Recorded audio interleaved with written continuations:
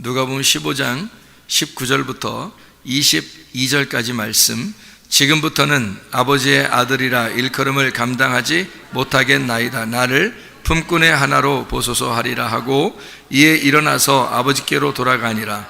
아직도 거리가 먼데 아버지가 그를 보고 치근히 여겨 달라가 목을 안고 입을 맞추니 아들이 이르되 아버지, 내가 하늘과 아버지께 죄를 지었사오니 지금부터는 아버지의 아들이라 일컬음을 감당하지 못하겠나이다 하나, 아버지는 종들에게 이르되 제일 좋은 옷을 내어다가 입히고 손에 가락지를 끼우고 발에 신을 신기라. 아멘. 누가복음 15장 내용은 우리가 참 많이 듣고 많이 아는 내용들이에요. 돌아온 탕자에 대한 이야기인데, 알고 보니까 그 두 명 형과 동생의 그 형제에 대한 이야기가 결국에는 어떤 사람, 어떤 아버지에 대한 이야기를 우리에게 해주고 있더라라는 것을 우리가 같이 보았습니다. 누가복음 15장의 22절에 보면 이 아들이 돌아오게 될 때에 아버지가 손에 가락지를 끼고 옷을 입히고, 제일 좋은 옷이죠, 옷을 입히고, 제일 좋은 옷이라고 하는 것은 가장 값비싸고 가장 귀한 옷을 이야기하는 거겠죠, 그죠? 아주 싸구려 옷, 거적대기 같은 거 하나 입히고 그러진 않을 거 아니에요. 패션, 니아카 패션 이런 거 하나 입히고 그런 건 아닐 거 아니에요. 돌아올 때는 가장 값비싼 옷을 이제 입혔을 겁니다. 가장 좋은 옷을, 그죠? 그렇게 옷을 입혔는데, 사실은 이거하고 똑같은 내용이 하나 있습니다. 이 옷을 입히고 가락지를 끼우는 그런 똑같은 내용이 창세기에 나와 있거든요. 창세기에 어디 나올까요? 요셉에 대한 이야기입니다. 창세기 41장을 한번 여러분이 보면, 아하, 여기 있는 내용을 예수님이 같이 내용을 얘기하는 거구나 라는 것을 알 수가 있을 거예요. 창세기 41장 42절의 말씀입니다. 거기에 보면 자기의 인장 반지를 빼어, 가락지입니다. 반지를 빼어 요셉의 손에 끼우고 그에게 세마포 옷을 입히고 금사슬을 목에 걸고. 뭔가 비슷한 내용들이죠, 그죠? 요셉이 어떻게 할 때 이렇게 했죠? 감옥에 잡혀 있다가 나올 때, 그때 총리가 되죠. 애굽의 총리가 될 때 이렇게 됐습니다. 자, 그러면 예수님이 이런 사실들을 다 알고 지금 이야기를 하는 중에 돌아온 탕자가 아버지가 어떤 옷을 입혔다, 또 가락지를 끼웠다, 이런 얘기를 하죠. 가락지를 끼운다는 것은 대표를 말하는 겁니다. 그 가정의 대표를 말해요. 그리고 유산 남겨주는 유산 상속자라고 하는 것을 이야기한다고 그랬죠. 그러니까 제일 좋은 옷을 입히고 유산 상속자가 되게 했다. 자, 그러면 보세요.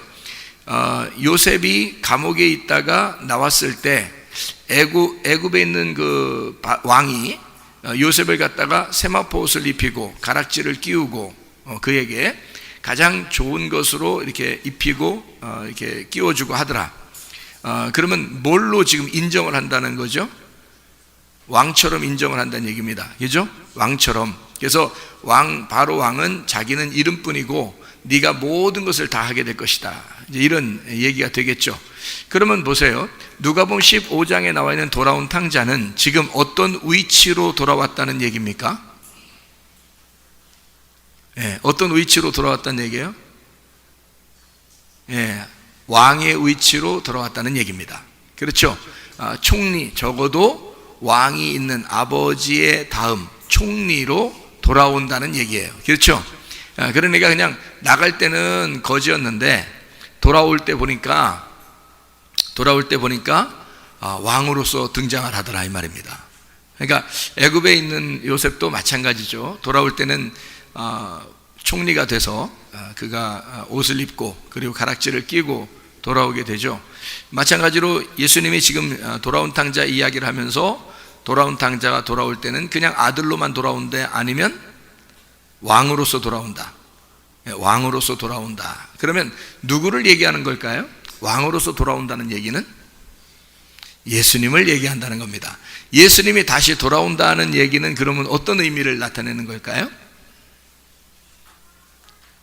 십자가를 지시고 부활하고 난 다음에 하나님 아버지께로 돌아오게 될 때는 왕으로서 하나님 아버지의 아들로 왕으로서 하늘의 왕자로 돌아오게 된다는 얘기를 하는 거죠. 그렇죠? 그러면 지금 돌아온 탕자가 밖에 나가서 탕자 짓을 한다는 것은 뭐를 의미하는 걸까요? 돌아올 때는 지금 왕의 아들로 돌아오는 거예요. 부활한 예수님으로 돌아오는 거라고요. 그죠? 지금 옷을 입히고 가락지를 끼는 거 보니까, 그죠? 그런데 그러면 탕자랑 같이 다 탕자가 돼서 창녀들하고 놀을 때는 뭐 어떻게 한 거예요? 이 땅에 내려와서 창녀 같은 우리들하고 놀아난 것을 의미하는 것입니다. 자, 성경을 보니까 성경에 뭔가 우리에게 쌓인 걸 얘기해 준다는 게 아니라 사인을 갖다가 알려주는 거예요. 사인이라는 것은 어떤 표적이거든요. 이렇게 손가락으로 가리키는 손가락을 말하는 것입니다. 그러니까 그 실체가 아니라 손가락을 설명해 주는 거예요. 그러면 예수님이 지금 누가복음 15장에 이른 양 드라크마 탕자의 비유에서는 예수님이 어떤 의미로 지금 우리에게 하늘나라의 이야기를 사인으로 손가락으로 가르쳐 주는 거죠. 그렇죠? 그러니까 우리는 그 손가락을 쳐다보면서 손가락을 보는 게 아니라 그 속에 있는 손가락이 가르치고 있는 그 내용을 봐야죠. 그죠? 그 내용이 무엇인지 그걸 봐야 되는 거죠. 그래서 여기에 있는 예수님이 이야기하면서 그 아들이 돌아오게 될 때는 그가 그냥 돌아오는 게 아니라 품꾼의 하나로 써주십시오. 나는 죄인입니다. 예수님이 십자가 못 박혀 돌아가실 때는 의인으로서 돌아가셔요? 죄인으로서 돌아가셔요? 죄인으로서 돌아가십니다. 그래서 예수님이 십자가 못 박혀 돌아가실 때 나는 죄인입니다. 나는 죄인입니다. 그러니까 아버지 하나님한테 하나님 왜 나를 버리십니까? 그러죠? 십자가 못 박혀 돌아가실 때는. 그런데 이제 부활하고 난 다음에는 하나님 아버지의 위치로, 하나님의 아들의 위치로 돌아간단 말이에요. 그러니까 흰 세마포를 빛난 세마포를, 가장 값비싼 세마포를 입으시고 가락지를 손에 끼고 이제는 상속자로서, 승리한 하나님 아버지의 아들로서, 왕자로서 등장을 하게 된다는 거죠. 이게 지금 돌아온 탕자가 그런 위치로 돌아가게 된다. 여러분이 우리가 하나님 앞에 돌아갈 때는 우리는 죄인으로 돌아가지만 하나님, 나 죄인입니다. 용서해 주세요. 제가 회개합니다. 하나님, 이런 잘못을 했습니다. 저를 용서해 주세요. 저는 품꾼의 하나로도 안 되겠습니다. 이렇게 하나님 앞에 돌아갔더니 하나님이 우리를 보면서 뭐라 그래요? 야야야야, 너는 그렇게 죄인으로 나한테 돌아온다고 했지만 나는 여전히 너를 내 아들로 받아들이는 거야. 내가 너에게 세마포를 입히고 내가 너에게 가락지를 끼워줘. 나의 상속자로 만들 거다. 너는 나의 영원한 아들이다. 이렇게 우리를, 돌아온 우리들에게 그런 선포를 하시는 것이 아닌가. 그렇죠? 그러니까 하나님의 그 사랑이, 하나님의 그 위대한 그 선포가 우리를 용서하시고 우리를 사랑하시고 우리를 상속자로 만드시는 그 선포가 여기에 들어있다는 거죠. 그러니까 우리는 죄인으로서 돌아왔지만 하나님은 우리를 하나님의 아들로, 하나님의 왕자로 만드신다는 얘기죠. 그죠? 야곱도 똑같은 얘기 하죠. 야곱이라는 사람이 형을 속이고 아버지를 속이고 도망갔죠. 도망갔는데, 축복을 받아서 도망갔는데, 돌아오게 될 때는 하나님이 널 다시는 야곱이라고 하지 마라. 내가 너를 이스라엘이라고 부르겠다. 그러죠? 근데 그냥 부르는 게 아니라 허리 분질러 놓고서 이스라엘이라고 불러요. 허리 분질러 놨다는 얘기는 십자가를 졌다는 얘기입니다. 죽었다는 얘기예요. 자기가 죽었다. 그러니까 나 죽었소이다, 나 회개합니다, 나 없음입니다, 이렇게 고백하는 사람은 하나님께서 야야, 네가 없긴 뭐가 없어, 이스라엘이라고 해. 하나님으로서 다스린다. 나의 왕자가 되거라. 이제 이렇게 되는 거죠. 이게 똑같은 말이에요. 돌아온 탕자가 왕자가 되는 것과 야곱이 돌아올 때 이스라엘이 돼서 하나님의 다스리는 왕자가 된 것과 똑같은 얘기를 말하는 것입니다. 우리는 하나님 앞에 돌아오게 될 때 어떻게, 야곱도 하나님 앞에 회개합니다. 하나님, 내가 어떻게 합니까? 나 가면 형이 나 어떻게 할지도 모르겠고, 하나님 나 살려주지 않으면 나 큰일 났습니다. 이렇게 회개하면서 돌아오고 있는 야곱에게 하나님은 이스라엘이라는 축복을 주시죠. 물론 허리를 분지러 놓고 말입니다. 돌아온 탕자가 모든 것을 다 잃어버리고, 만약에 자기가 가지고 간 것들 좀 들고 왔으면 이런 얘기가 없었을지도 몰라요. 다 잃어버렸다 그랬습니다. 다 잃어버리고 다 나는 없음입니다. 내가 가지고 간 것들은 다 없어졌어요. 나 없음이에요 하고서 돌아오게 될 때 하나님이 이 아버지가 이 아들을 갖다가 너는 나의 영원한 상속자고 너는 나의 아들이고 너는 왕자야, 뭐 이런 하나님 아버지가 선포하시는 그런 귀한 이야기죠. 이 이야기가요, 우리는 죄인으로 돌아오지만 간단히 얘기해서 하나님은 우리를 그냥 죄인 취급하지 않으시고 하나님 우리를 왕자와 공주로 만들어 주신다, 그 말입니다. 그러니까 당당하시란 말이에요, 하나님 앞에. 그러니까 대신에 교만하거나 까불거나 그러지 말라는 거지. 교만하고 까불고 그러면 막 좀 이상하게 보이잖아요. 자기는 죄인이었었는데 돌아왔으니까 겸손하죠. 아버지가 야 너 내 아들이야, 왕자야 막 했는데 막 이 왕자가 막 까불고 이제 종들 때리고 다니고 막 이러면 안 되잖아요. 그건 까부는 거죠. 교만한 거지. 안 되는 거지. 이 사람은 지금 자기의 품권의 하나로 날 써주십시오 할 정도로 자기가 없어진 사람이에요. 자기가 없어진 사람이니까 하나님이 왕자로 만들어 주시잖아요. 이 사람은 까불거나 교만하지 않단 말이에요. 교회는 그러니까 교만하거나 까부는 사람은 한 명도 없어야 된다는 것입니다. 겸손해야 된다는 거예요. 겸손한 사람에게만 은혜를 베푸신다는 거죠. 그러니까 회개한 사람은 반드시 겸손합니다. 말씀을 들을 때 겸손하고, 하나님 앞에 예배 드릴 때 겸손하고, 하나님이 하라고 하시는 그 말씀에 순종하는 사람들, 그렇게 되는 거죠. 순종하면 목사가 높아집니까? 그런 거 아니에요. 저도 말씀에게 순종해야 되고요. 여러분도 말씀에게 순종하자고 하는 얘기지, 나는 높아질 테니 여러분은 순종하세요, 그런 거 아닙니다. 그 이상하게 어디 그 2단 3단이나 그렇게 하는 거지. 교회에서 그렇게 할 수가 없는 거죠. 다른 사람들이, 그리고 큰 교회라고 하는 게 뭐가 좀 이상하냐면, 밑에 사람들이 목사님을 그렇게 만든다고, 목사님을. 그 이상한 거예요. 그렇게 하면 안 되거든. 그럼 자꾸 자기가 높아져, 자기도 모르게. 그 사람이라는 건 특성이 있어가지고. 근데 진짜 하나님 앞에 은혜 받고 겸손한 사람이라면 그런 걸 어떻게 해요? 거부하겠죠. 자꾸 그런 걸 거부하겠죠. 그래서 자기가 겸손하겠고 자꾸 나누고 이렇게 하겠죠, 그죠? 근데 막 자꾸 자기의 왕국을 만들어. 이상하잖아요, 그것도. 그렇게 하는 게 아니거든요. 성경은 우리에게 겸손하라.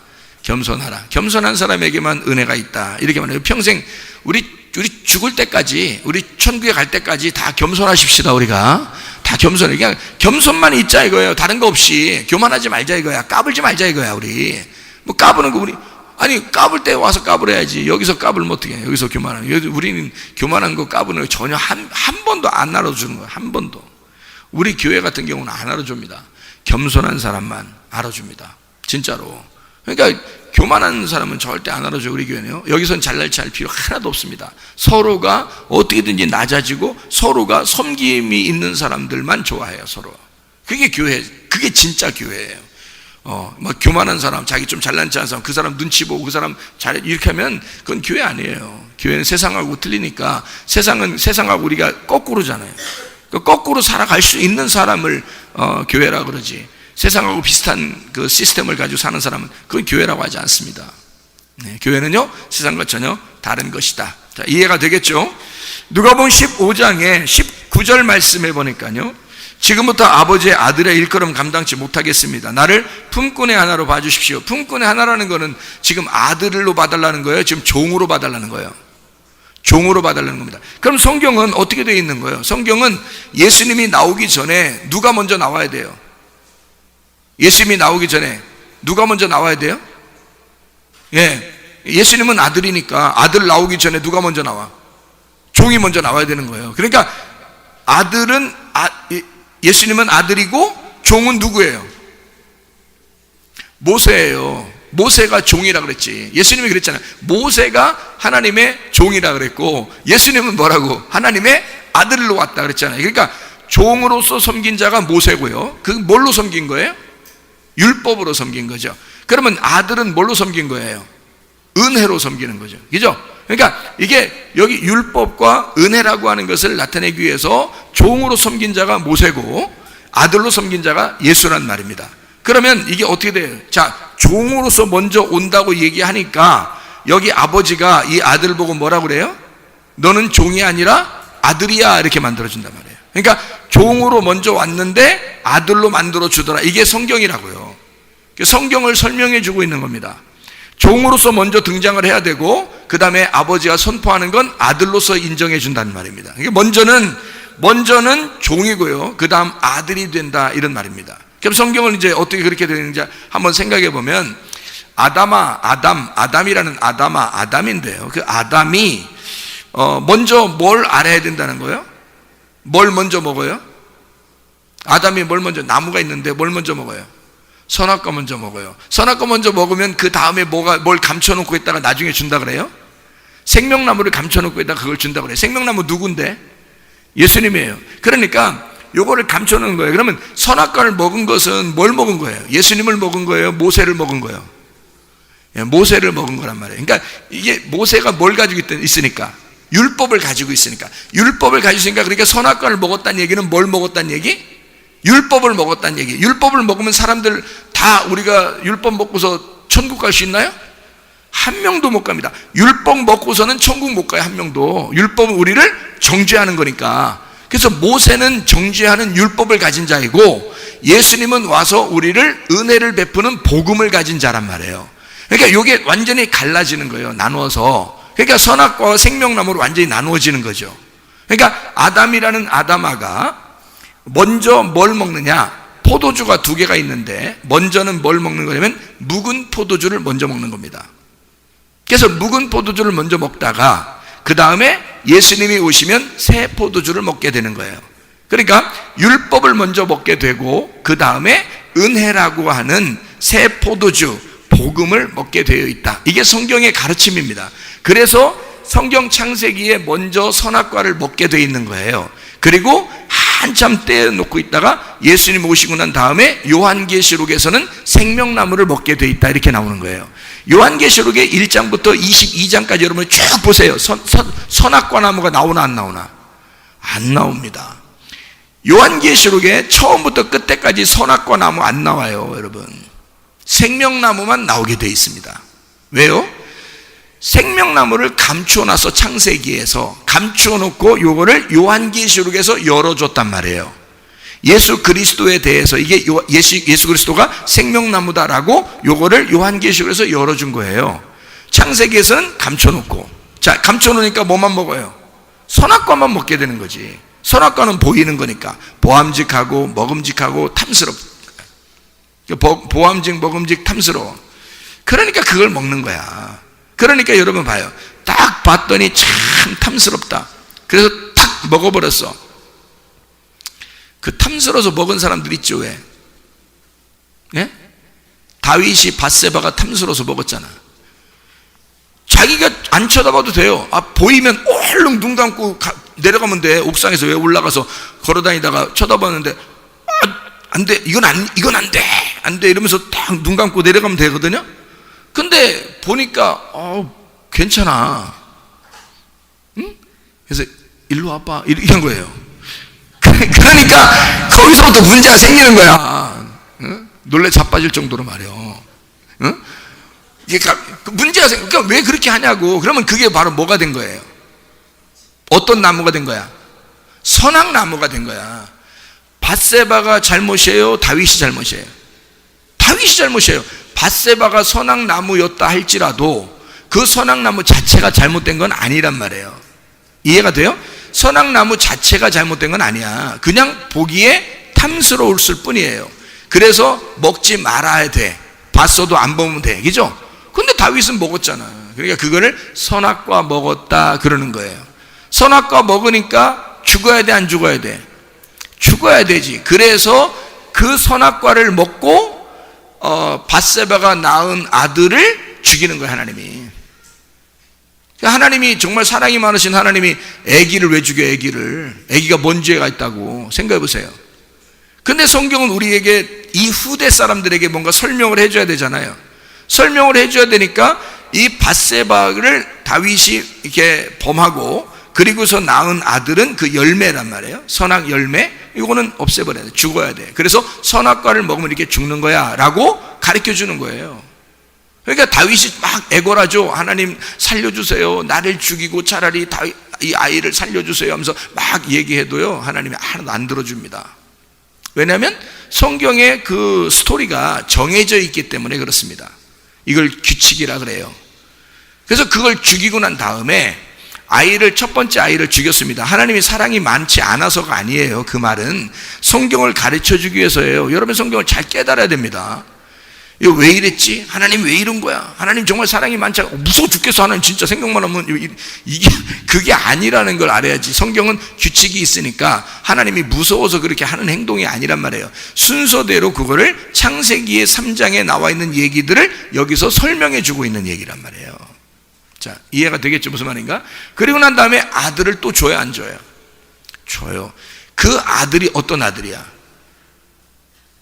그 첫 번째 아들이 죽고 두 번째 아들 나왔어요. 그 아들이 누구예요? 예? 아유, 어떻게 하셨어요? 솔로몬이라는 거 어떻게 하셨어요?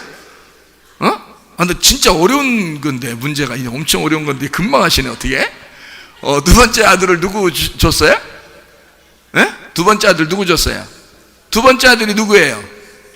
예, 죽은 아들이에요. 죽은 아들이라고. 그 죽은 아들이 두 번째 아들로 나타나는 거란 말이에요. 그게 솔로몬이라고. 부활한 거라고요. 그게 예수가 부활한 거라고. 그래서 예수님이 솔로몬이고 그가 평화. 예수님이 부활하고 난 다음에 제자들한테 먼저 준 게 뭐? 평강할지어다 그러잖아요. 솔로몬을 받아라 그 말이에요.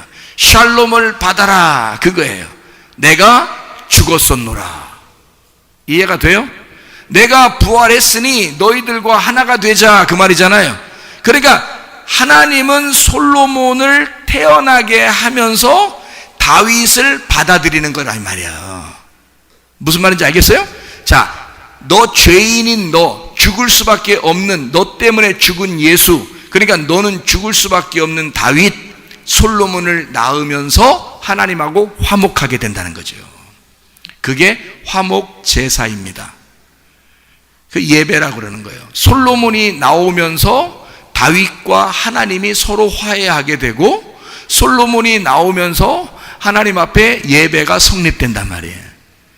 그러니 솔로몬이 왕이 될 수밖에 없는 거지. 뭐 때문에 왕이 되는 거예요? 솔로몬이 나중에 딴 사람들, 다윗의 아들들이 괜찮은 아이들이 많았어요. 그래서 서로 왕이 되려고 했거든.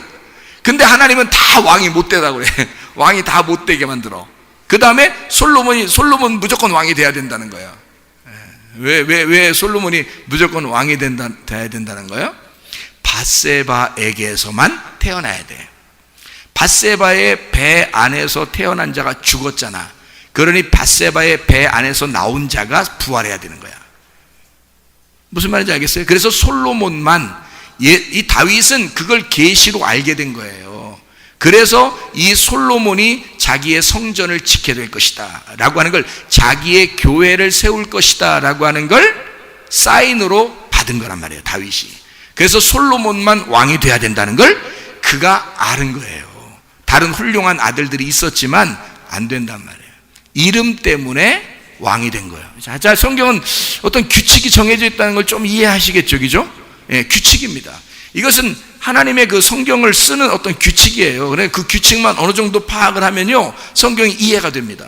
하나님의 마음도 이해가 되고요. 누가복음 15장에 있는 내용들을, 이런 규칙을 모르고 성경을 보잖아요. 그러면 이게 뭔 말이야?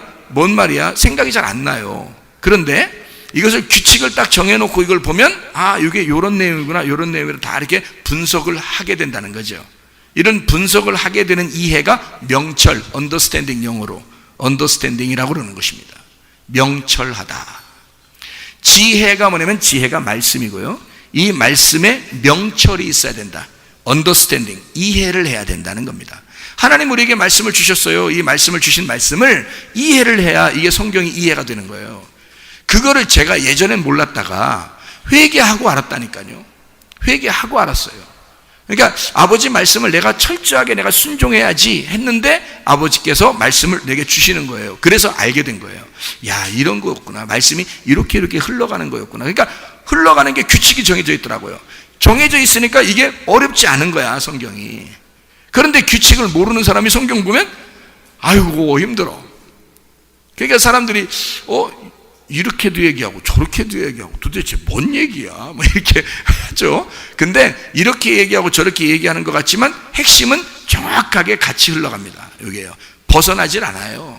이게 엉뚱하게 자기 막 이렇게 엉덩이 뚱뚱하게 막 아무거나 막 끼워 맞추고 이렇게 하질 않아요. 그렇게 하지 않습니다. 성경은 다 질서가 있고 정확하게 되어 있는 규칙으로 되어 있기 때문이다. 그래서 모세를 먼저 먹고 그 다음에 예수를 먹는 거예요. 그게 묵은 포도주를 먼저 먹게 되고 새 포도주를 먹게 되는 겁니다. 이게 모세가 옛사람이 되는 거고 예수가 새 사람이 되는 거예요, 성경에. 그래서 모세가 옛 남편이고 새 남편이 예수가 되는 것입니다. 자, 어떻게 딱 구분되죠? 이렇게, 그죠? 그거예요, 바로. 그러니까 나갔던 아들과 돌아오는 아들은 전혀 다른 거죠. 그러니까 예수님이 이걸 설명해 주는 거예요. 나간 아들과 돌아온 아들. 그러니까 나간 아들은 지금 어디에 있는 거야? 나간 아들은 어디에 있어요? 아버지와 함께 있어요. 그 형이야. 형이 동생이고 동생이 형이라고 했잖아요. 그래서 이 형하고 동생이 나가잖아요? 그럼 이게 떨어지는 거야. 이게 떨어지는 거. 나누어지는 거예요. 그 다음에 동생이 돌아오면 형하고 동생하고 하나가 되죠? 그럼 이게 하나인 거야. 그러면 나갈 때 어떻게 돼? 둘이 됐다가 돌아올 때는 하나가 되잖아. 이게 무슨 말이냐면요. 그래서 어떤 사람이 어떤 아버지에게 두 아들이 있는데 이렇게 되는 거예요. 두 아들이 하나가 나가서 둘로 나누어졌다가 이게 하나, 아버지의 가슴이 찢어지는 걸 얘기하는 겁니다. 아버지의 가슴이 찢어졌다가 다시 여기서 돌아와서 아버지의 가슴이 하나가 되는, 아버지의 사랑이 하나가 되는 그 장면을 설명해 주는 거잖아요. 나가면 이게 둘로 나누어져. 둘로 나누어지면 어떻게 돼요? 모세와 예수님으로 나누어지는 거란 말이에요. 율법과 은혜로 나누어지는 거란 말이에요. 묵은 포도주와 새 포도주로 나누어지는 거지. 새 포도주가 모든 걸 완성하고 돌아오면 어떻게 돼? 돌아오면 묵은 포도주가 새 포도주였던 거고 율법이 은혜였던 거고 모세가 예수님이었던 거지. 그래서 모세가 이스라엘 백성들을 구원한 것은 누가 구원한 거예요? 가서 예수가 구원한 거라 이 말이지. 자, 이해가 되겠습니까? 무슨 말인가? 예, 그게 이제 성경이 이해가 되면 이게 하나로 이렇게 된다 이 말이에요. 이렇게 하나로 연결된다. 그러니까 여기 지금 이걸 아시는 분은 누구밖에 없어? 예수님밖에 없어요. 그러니까 이 예수님밖에 모르는 이 말씀을 설명해 주는 거예요. 두 아들을 통해서. 무슨 말인지 알겠죠? 그래서 여기에 19절에 돌아온 아들이 나 품꾼의 하나로 써주세요. 괜히 그렇게 얘기했을까? 이거 아들이 얘기한 거요? 예수님이 얘기한 거요? 아니, 누가 얘기했는지 잘 모르겠어요? 누가 보면 15장 이야기를 누가 하고 있는 거야? 예수님이 하고 있는 거잖아요. 지금 자기가 만들어서 얘기하는 거라니까. 지금 이게 자기가 만들어서 얘기하는 거예요. 지금 자기가 만들어서 얘기해 주는데 뭔 얘기는 못해. 그렇죠? 그러니까 자기가 만들어서 마음대로 얘기하고 있는데 자기가 하고 싶은 얘기를 지금 하고 있는 거야. 무슨 말인지 알겠죠? 성경은 이렇게 되어 있고 아버지의 마음이 이런 것이고 두 아들은 이걸 설명하는 거야 라고 예수님이 알고 설명을 해주는 거예요. 그러니까 예수님은 자기가 이 내용이 뭔지를 알고 있으니까 이 얘기를 통해서 설명을 해주고 있는 장면이잖아요. 그죠? 그러니까 이런 내용이 나오는 거란 말이에요. 이게 돌아올 때는 아들이 뭐라 그래? 나 종처럼 하나 사용하게 해주세요. 그러니까 나 그냥 밥만 먹여주시고 그냥 종처럼. 그럼 우리는 아들이 정말 불쌍해. 돌아오면서 얼마나 죄인으로 여겼으면 아들이 아버지한테 나 종처럼 하나 여겨주세요. 우리가 그랬어도 우리가 그랬겠다. 뭐 이런 생각이 들잖아요. 그죠? 우리 얘기가 아니에요. 우리 얘기가 아니라고. 이 얘기는 누구 얘기예요? 모세와 예수님에 대한 이야기예요. 율법과 복음에 대한 이야기라고요. 이게. 두 아들이, 그래서 율법은 첫 번째 아들이에요. 은혜는 죄인들을 구원해야 되니까. 은혜는 선물이잖아. 구원이고. 그러니까 그것은 하나님 우리에게 주시는 선물이니까 죄인들을 구원해 오는 거잖아요. 그러니까 두 번째 아들인 거야. 이게 은혜인 거야. 그러면 첫 번째 아들은, 그러니까 두 번째 아들로 돌아왔을 때 기분 나빠야 돼? 기분 좋아야 돼? 당연히 기분 나빠야 되는 거야. 그게 왜? 율법이잖아요. 율법은 선악을 딱 가르는 거거든. 그래서 제가 좀 아까 그 설명을 할 때 그 형이 선악으로 정확한 얘기를 했다, 이런 얘기를 했죠. 그게 율법이라는 겁니다. 이게 이 율법이요, 아버지 마음을 깨닫게 되면 어떻게 되겠어요? 아버지의 사랑을 깨닫게 되면, 율법이 아버지의 사랑을 깨닫게 되면 어떻게 돼? 예, 받아들이는 거예요. 선악으로 나누지 않고 사랑으로 하나가 되는 거예요. 아버지의 사랑을 깨닫게 되면. 근데 아버지의 사랑을 깨닫지 못하면, 율법이 되면 율법은 선악으로 딱 나눠요. 동생 저 못된 놈, 나는 착한 놈, 이렇게 되는 거예요. 이해가 돼요? 이게 율법으로 딱 나눠버리니까. 그래서 가정들마다 율법이 센 집안들은요, 싸움이 자주 일어납니다. 근데 싸움이 일어나는데 다 양쪽 다 들어보면 말이에요, 다 자기가 잘했다는 거예요. 저쪽 편이 잘못했다는 거예요. 그렇죠? 그래서 이쪽 남편 이야기를 들어보면 남편이 잘했어요. 분명히 아무리 들어도 제가 남자로서 이렇게 들으면 말이에요, 분명히 남편이 잘했어요. 대부분 잘못은 누가 먼저 해요? 남편이 먼저 잘못합니다. 근데 승질은 누가 먼저 내요? 보통 여자가 먼저 냅니다. 그럼 남자 입장에서는 그래도 그렇지, 왜 승질 내냐 그럽니다. 그러니까 한마디로 말하면 나를 긁은 건 그쪽이라는 거죠. 먼저 긁은 건 이쪽이라. 그러니까 먼저 잘못은 네가 한 거라는 거야. 여자는 또 어떻게 해요? 그 원인은 너잖아, 이렇게 되는 거예요. 그러니까 둘 다 잘못이야. 근데 남편 얘기를 들어보면 이해가 돼. 무슨 말인가? 왜? 우린 남자니까. 친구야, 우린 이해가 돼. 그래서 남자끼리는 들으면 딱 이해가 돼. 그래, 그럴 수 있지. 아유, 여자가 너무했네, 이렇게 딱 된단 말이에요. 그런데 여자한테 가서 얘기를 들어요. 여자가 울면서 얘기해. 보통 여자들은 그냥 안 얘기해. 눈물로 호소를 해. 그래서 일단 50점은 먹고 들어가. 일단 울어. 그러면 일단 50점은 벌써 마음이 벌써 가 있어, 그쪽으로. 50점은. 그래서 50%는 벌써 눈물 흘리니까, 일단 우니까, 그냥 얘기하세요, 괜찮아. 제가 이게 벌써 이러면 얘기 안 하고 먼저 한 1시간은 끝내. 그거로 끝나. 그러면 50점은 1시간 동안에 50점 벌써 먹은 거야, 이 사람이. 가산점이 있는 거예요. 그러는 다음에 한참 울다가요, 한마디 해요. 제가요, 이해하려고 했거든요. 근데 이러면 되겠어요? 그래서 얘기를 시작해. 근데 가만히 들어보면 여자가 얘기하면 말해요, 그게 또 그런 것 같아.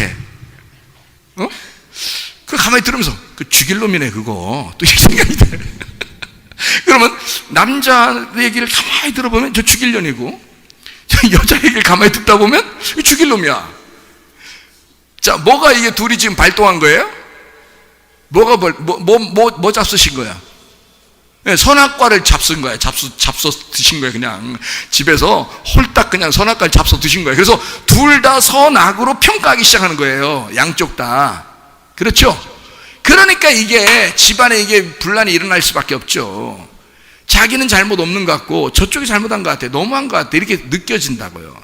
그러니까 양쪽 다 들어봐야, 어차피 이쪽도 들어보고 저쪽도 들어봐야 둘 다 그렇게 틀린 거 없어요. 왜 그렇게 틀린 게 별로 없다고 생각돼요? 여러분이 아마 상담하면서 얘기를 들어보시라고요. 그 상담하지도 마, 그냥. 들어보면 둘 다 잘못이 없어. 둘 다 잘했어. 왜 그럴까요? 왜 그런지 답 모르겠어요? 안 해보셔서 모르죠? 예? 양쪽 다 왜 싸움 말리러 가가지고 양쪽 다 이렇게 들어보면 별로 승질낼 일이 아니야. 그냥 그저 그러네, 참으면 되겠네, 뭐 이런 얘기를 서로 이제 해주고 돌아온단 말이에요. 여러분 맞죠? 여러분이 싸움 말리러 가서 그렇게 하죠, 보통. 그죠?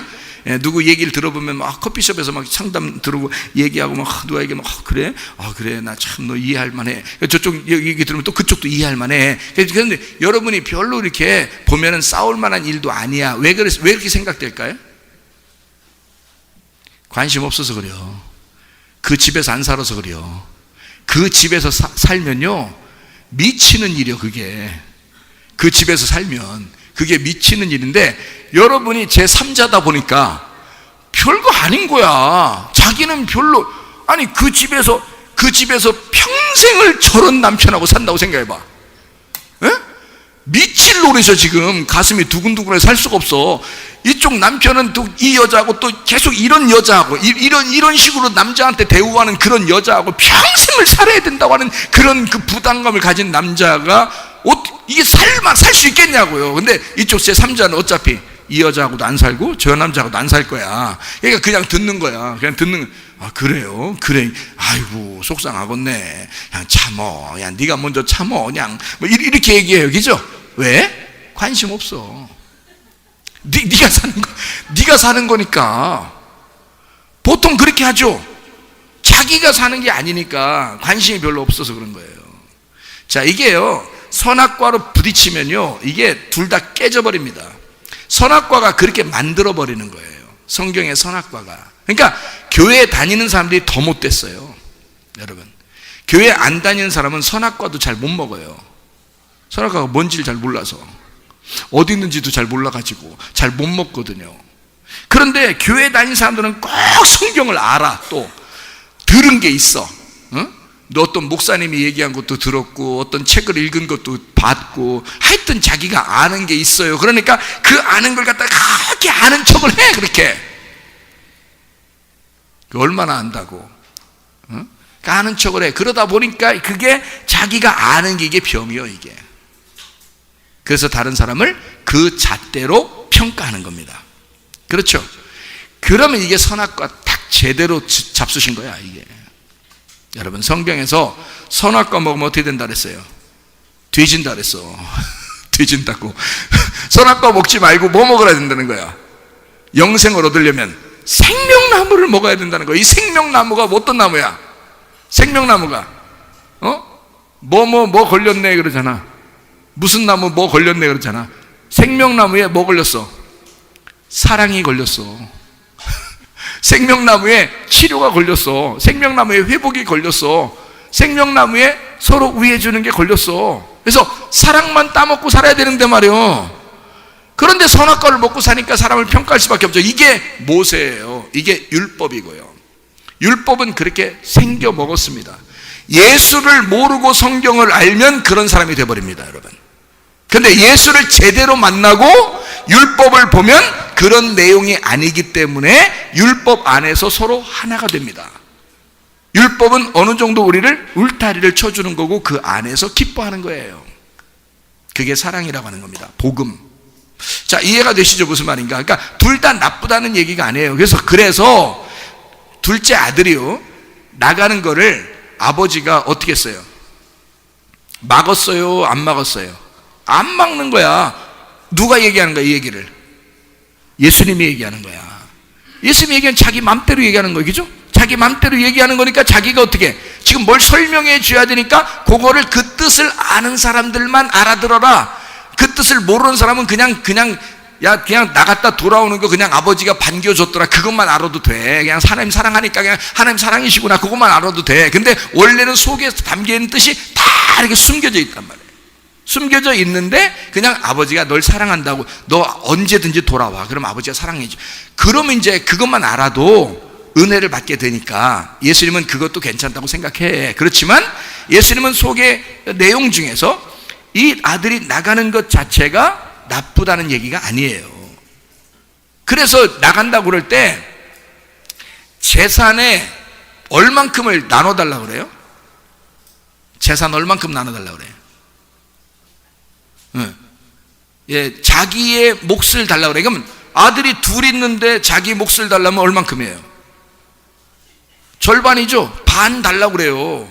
그러면 재산이 얼마나 많은 부자 아버지겠습니까? 근데 거기다가 재산을 반을 딱 잘라가지고 줬으면 세상에 평생을 먹고 살아도 지금 다 쓰고 돌아올 정도로 되는 게 아니에요. 그죠? 얼마나 많은 재산이겠습니까? 그렇죠? 지금으로 말하면 신용카드나 무슨 뭐 이런 그 코인이나 그 돈이나 이런 걸 속에 카드 하나 들고서 평생을 아무 데서나 먹어도 일평생 100년, 1000년을 먹어도 남을 만한 돈을 가지고 나갔을 수도 있단 말이에요. 절반이니까. 그 엄청난 부자의 아들들인데 그 중에 반을 재산을 가지고 나갔으니까 생각해 보세요. 근데 나갈 때 하나도 안 말려. 나가라는 거야. 왜? 그거는 절반을 나누는 거니까. 절반을 나누는 거예요. 그러니까 절반을 나누고요, 교회는 하나가 되는 거고요, 절반은 나누는 거고요. 네? 잘 들으셔야 돼. 절반은 나누는 거고 교회는 이렇게 하나가 되는 거예요. 네. 그래서 절반을 딱 나눠가지고 내보내고요. 그 강도 만난 자가 있죠. 누가 보면 10장에 강도 만난 자가 얻어 터지는데 얼만큼 딱 얻어 터져요. 딱 절반을 얻어 터져요. 그 희한하지 않습니까? 그 반을 왜 나눌까? 반을 나눴다는 얘기는 2개라는 것을 얘기하는 거잖아요. 2개. 그죠? 형제도 지금 큰형, 동생 이렇게 해서 둘로 딱 나누어 놓고요, 나가는 자식의 재산도 딱 형과 동생을 딱 둘로 나누는 거예요. 반씩 나누는 거예요. 강도 만난 자도 반을 딱 죽이는 거고, 다리가 둘 중에 하나만 절름발이를 만들어 놓는 거예요. 그걸 치료해 주는 거란 말이에요. 그러니까 이걸 온전하게 2다리로 만들어 주고, 이 나누었던 재산이 하나로 합쳐지고 나누었던 형제가 하나로 합쳐지면 그게 사랑이라고 하는 거예요. 하나님 아버지의 사랑. 그걸 복음을 만났다 그러는 거예요. 자, 금방 이야기했죠? 율법과 은혜가 나누어졌다가 은혜를 깨닫게 되면 복음이 뭔지를 율법 안에서 발견하게 된다. 무슨 말인지 알겠죠? 그러니까 형은 그걸 몰랐던 거죠. 왜? 동생이 나갔었는데 돌아오니까 형은 그게 이해가 안 된 거예요. 아버지 마음이 아직 이해가 안 돼. 율법으로만 보니까. 근데 동생은 그게 이해가 돼. 누구 마음이? 아버지 마음이 이해가 되는 거예요. 그러니까 누가 이제 깨닫게 된 거예요? 아버지 마음을 돌아오는 동생이 알게 된 거예요. 여러분, 회개하고 죄를 회개하고요, 하나님 앞에. 그리고 부활하게 되면, 부활의 예수를 받아들이게 되면 우리는 이 말씀이 이해가 된다. 아버지 마음이. 그러니까 돌아온 탕자가 아버지 마음을 이해하게 되죠. 그죠? 그래서 동생을 통해서, 동생이라는 화목제사를 통해서 속죄제가 완성이 된단 말이에요. 죄가 다 용서가 된단 말이에요. 자, 이게 얼마나 놀라운 얘기냐고, 이게. 근데 나 이게 생각이 나, 자꾸. 이게 자꾸 생각이 나. 그러니까 어떻게 하냐고. 이게 자꾸 우물이 여기서 물이 자꾸 새 나와. 이게 어떻게 하냐고. 그럼 여러분이 이 물을 마시라고. 여러분이 진리의 말씀을 마시라고. 자꾸 새로운 생수를 자꾸 마시라고. 이게 흘러나오니까, 자꾸 새로운 바위에서 자꾸 새로운 생수가 흘러나오니까 그걸 마시라고요. 생명수라고, 이게. 여러분, 자, 품꾼의 하나로 해달라고 했더니 아들로 취급을 하더라. 자, 이 아들에게, 이 아담이라는 내가 묵은 포도주를 먹고 있었던 나에게 새 포도주를 주시길 원하시는, 땅에서의 포도주를 마시고 있었던 나에게 하늘의 포도주로 잔치하자고 하시는 분이 바로 주님이시고, 주님은 그렇게 이 돌아온 탕자를 그렇게 말씀하시는 것이다. 이 말은 탕자가 얘기한 게 아니라 예수님이 얘기한 이야기다. 요거를 잘 이해하시면 성경이 이해가 된다. 자, 우리 그러면요, 여기서 성경을 한번 그 누가복음 15장 20절 말씀을 한번 봐봐요. 누가복음 15장 20절 말씀. 자, 뭐라고 되어 있냐면 이렇게 되어 있습니다. 이에 일어나서 아버지께로 돌아가니라. 아직도 거리가 먼데 아버지가 그를 보고 측은히 여겨 달려가 목을 안고 입을 맞추니 라고 되어 있습니다. 자, 측은히 여긴다는 말이 나오는데요, 누가복음 7장 13절의 말씀에 보면, 누가복음 7장 13절 말씀에 보면 주께서 과부를 보시고 불쌍히 여기사 울지 말라 하십니다. 과부가 자기 아들이 죽었어요. 울죠. 자기의 전부니까. 그 자기의 전부는 누구였어요? 자기의 옛 남편이었습니다. 자기의 옛 남편이 죽을 때 이 여자는 울 수밖에 없죠. 그랬더니 예수님이 나타나가지고 야, 울지 마 이러는 거예요. 그랬더니 여러분 생각에는 아하, 예수님이 너무 동정심이 많아서 울지 마 그랬는가 보다 이렇게 생각할 수 있잖아요. 근데 여러분, 과부의 아들은 지금 열매잖아요. 누구의 열매예요? 누구 열매냐고. 과부의 아들은 누구 열매냐고요. 남편의 열매잖아요. 아니, 남편 없이 과부 아들이 나왔겠어요? 혼자? 자, 과부의 아들은 누구 열매예요? 남편의 열매예요. 그러니까 이 과부의 아들이 죽으면 과부는 다 잃어버린 거야.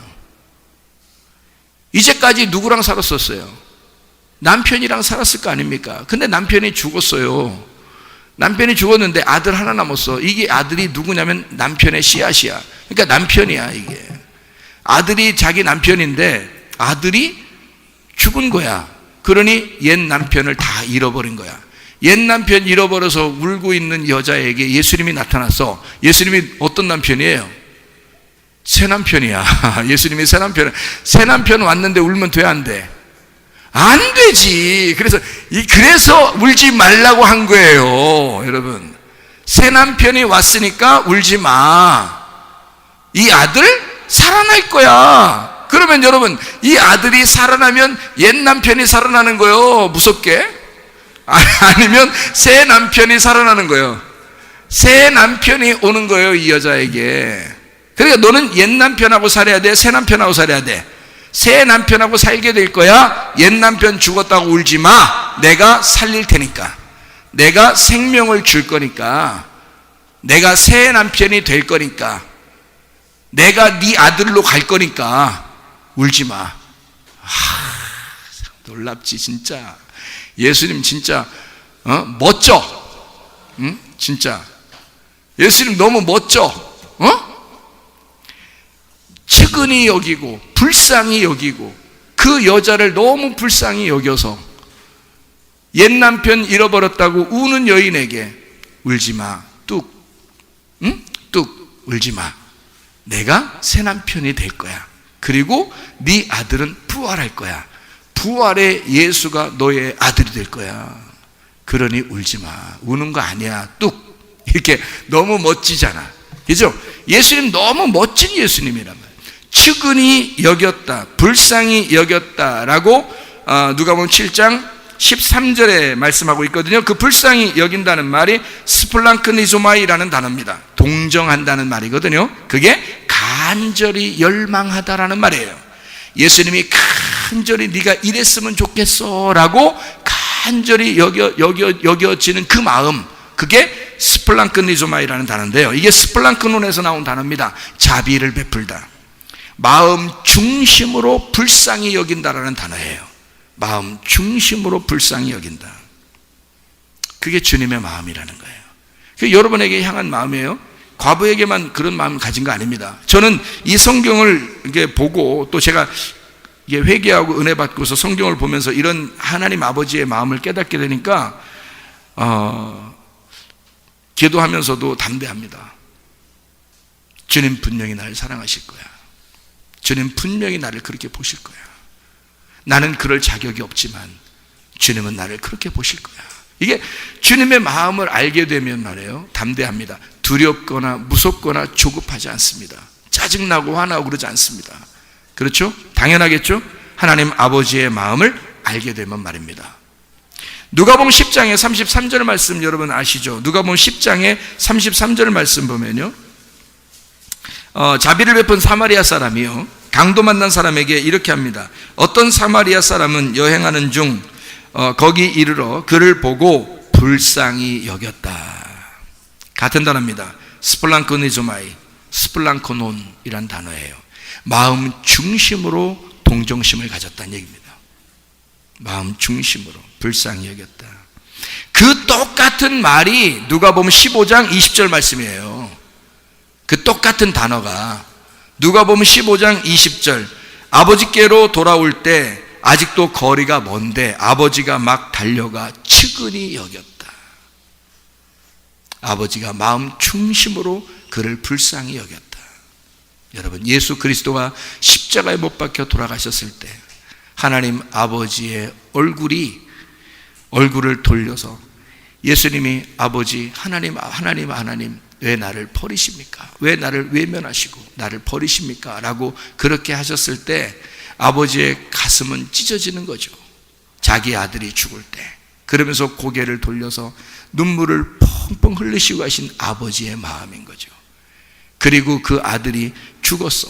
그리고 그 아들을 살려서 부활해서 데리고 올 때 그 아버지의 마음이 어땠겠어요? 그죠? 그 가슴, 그 메어지는 그 가슴으로 그 아들을 안고 사랑하는 그 모습, 그게 불쌍히 여기는 스플랑크니조마이라는 단어입니다. 하나님의 그 마음, 하나님의 그 사랑. 고아를 보면 그냥 하나님이 아버지가 되고 싶은 거, 과부를 보면 그냥 하나님이 남편이 되고 싶은 거, 그냥 나그네를 보면 그냥 하나님이 자기가 집이 되고 싶은 거예요, 그냥. 그래서 나그네를 불쌍히 여기고 고아를 불쌍히 여기고 과부를 불쌍히 여기시는 그런 하나님. 눈 아픈 사람을 보면 막 눈을 고쳐주고 싶은 하나님. 뭐 다리가 아픈 사람 보면 다리를 막 고쳐주고 싶은 하나님.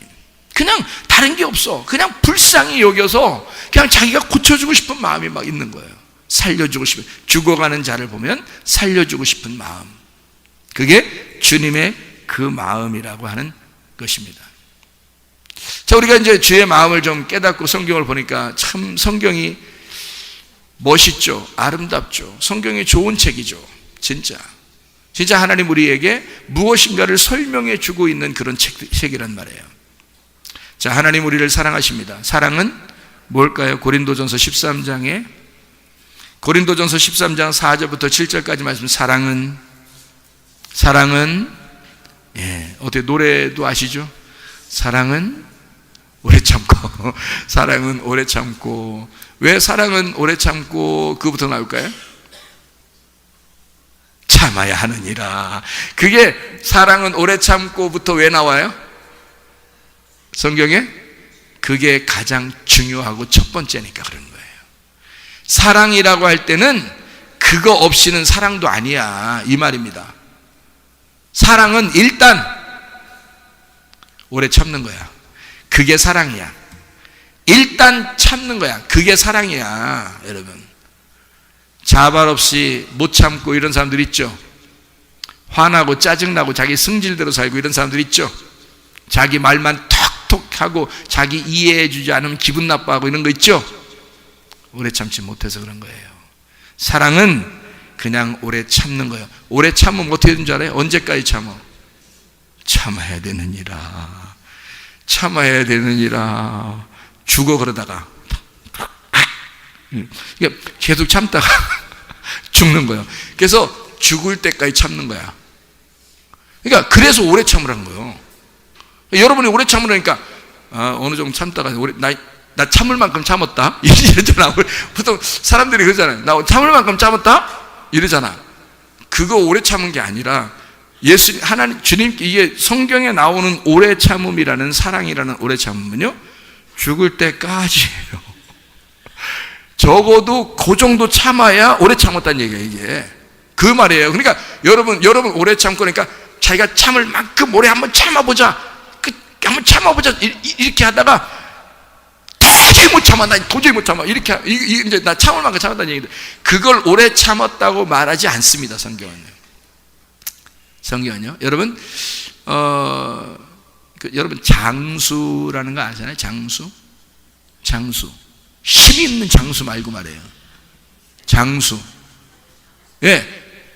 길게 수명을 길게 가는 걸 장수라고 그래. 그 장수는 어떨 때 장수가 돼요? 잠언서 3장을 봐봐요. 잠언 3장. 자, 잠언 3장에 16절에 보면은 이런 말씀이 나오거든요. 성경 참 별걸 다 가르쳐 드리네요. 잠언 3장 16절 보면 이렇게 되어 있어요. 그의 오른손에는 장수가 있고. 예수님이 하나님 어디로 올라가셨나요? 우편에, 오른손에 가셨네, 그죠? 하나님의 오른손이라는 얘기는 능력이라는 얘기입니다. 하나님의 권능의 자리에 올라갔다. 그러면 예수님이 하나님의 우편에 갔다는 얘기는 부활하면 우편에 간다는 거 하잖아요.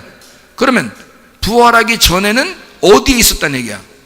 하나님의 왼편에 있었다는 얘기예요. 그러니까 왼편에서 오른편으로 갔다는 얘기예요. 그 말이 아래에서 위로 올라갔다는 얘기고요. 그러니까 이 땅에서 왼쪽은 죽는 거고 오른쪽은 부활하는 걸 말하는 것입니다. 자, 이 성경의 규칙을 알니까 이해가 금방 오죠, 그죠? 자, 그러면 오른손에는 뭐가 있다고? 네, 오른손에 힘이 있다는 얘기가 아니라 오른손에는 오래 산다는 얘기야. 네, 장수가 있고 오래 산다는 얘기죠. 그러니까 오래 산다는 말을 여러분, 그러니까 야, 이거 땅에서 진짜 오래 살겠구나 이거. 어?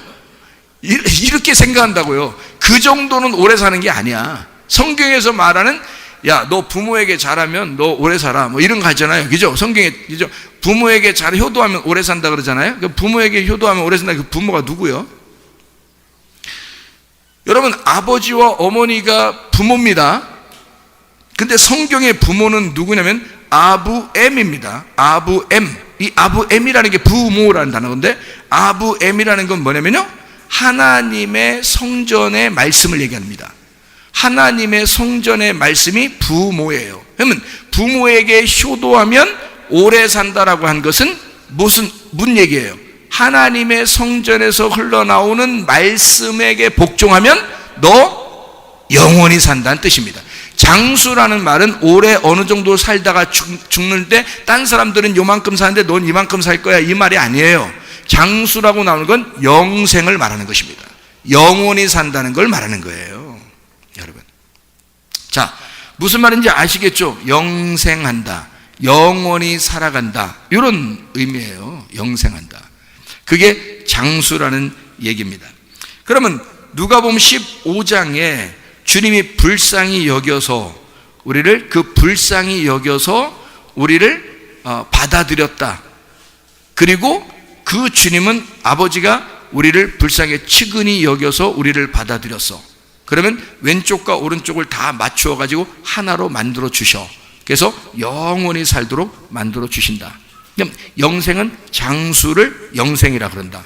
그러니까 성경의 장수는 지금 뭐라고요? 영생이라고. 그러면 사랑은 오래 참고라는 건 어느 정도 참다가 딴 사람보다 좀 더 많이 참는 걸 오래 참는다고 얘기한다, 아니면 죽는다는 걸 얘기한다?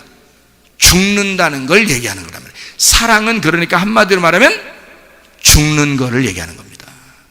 그래서 사랑은 오래 참고라고 하는, 성경에 오래 참고라는 단어를 왜 먼저 썼냐면, 이게 사랑은 죽는 거야, 그 얘기를 얘기하는 거예요. 이렇게 보니까 좀 이해가 되시나요? 아, 왜 사랑은 오래 참고를 먼저 썼는지를 아시겠나요? 자, 오래 산다, 그게 뭐라고요?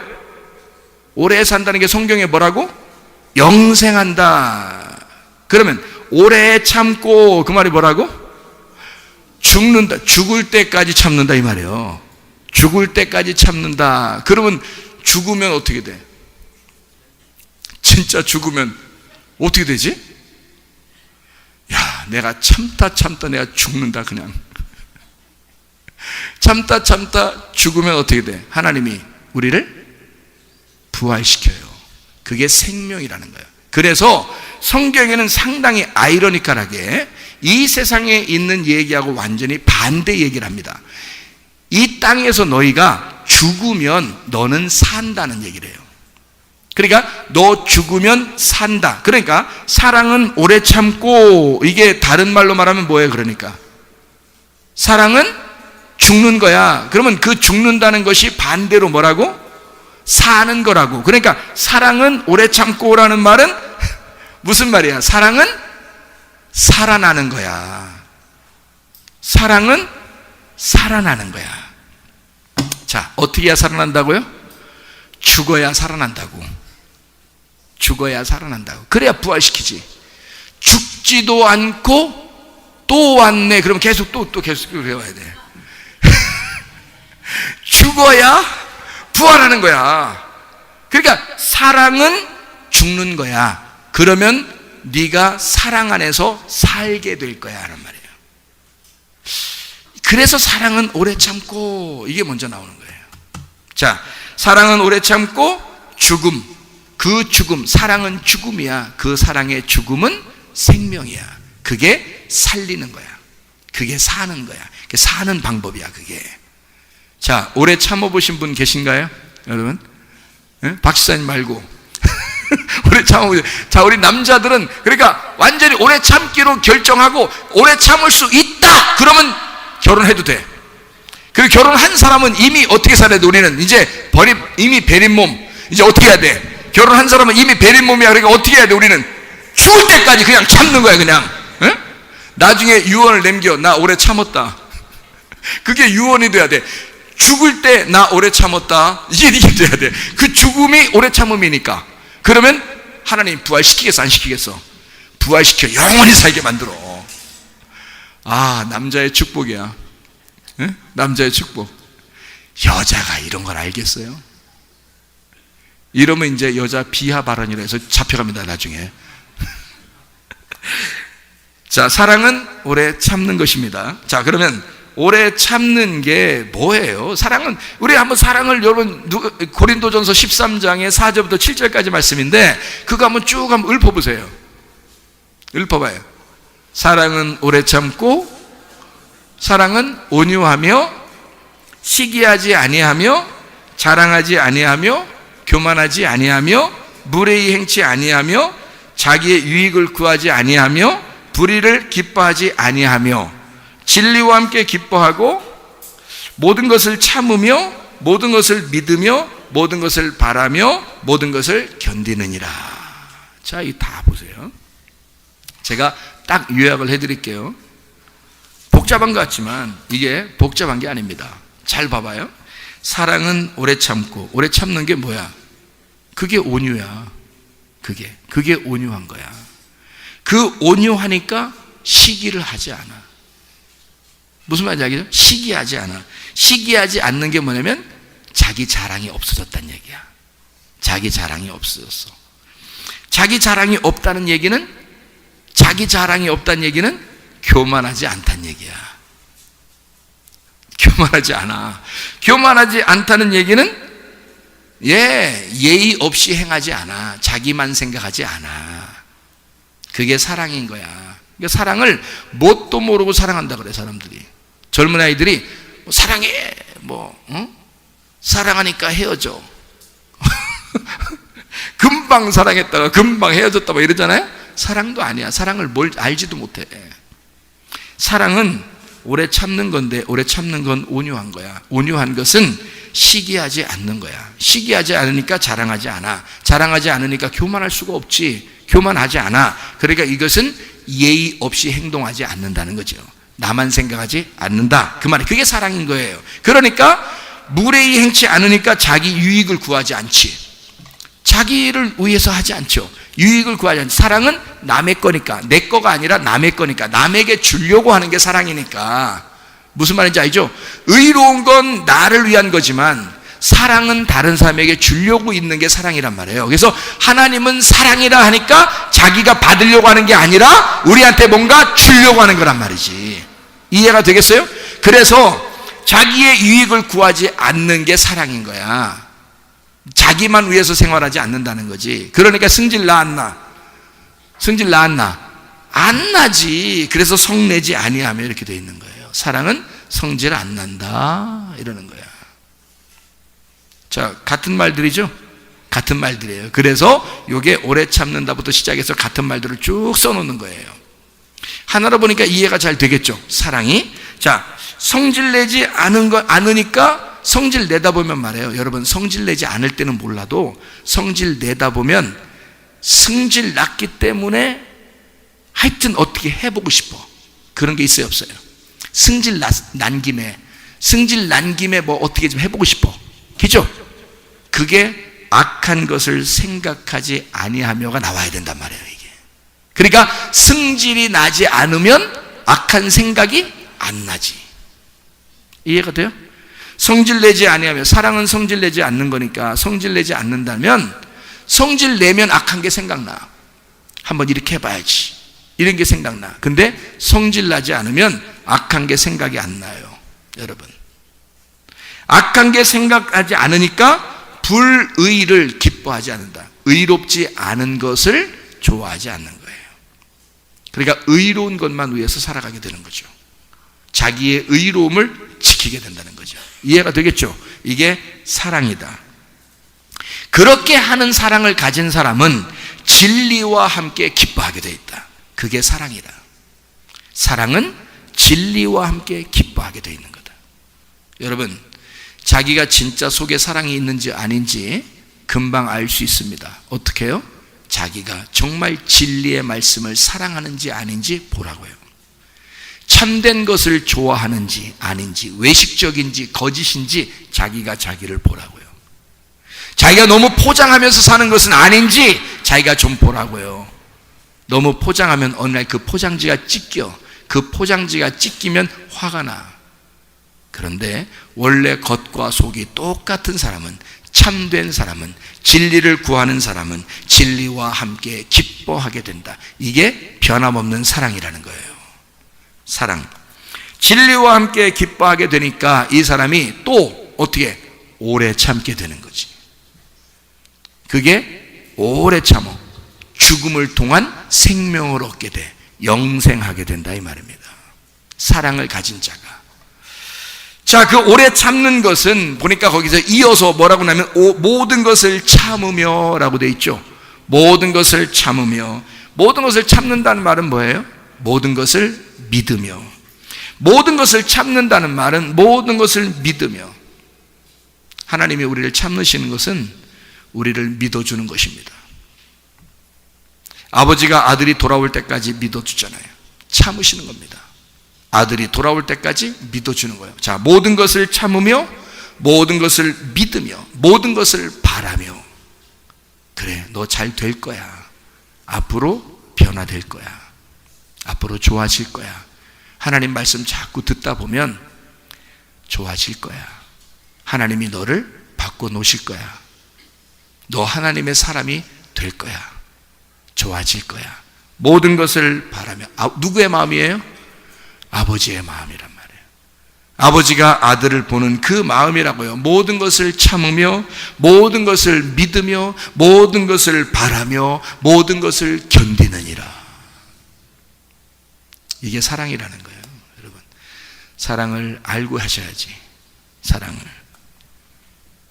그게 하나님 아버지의 마음입니다.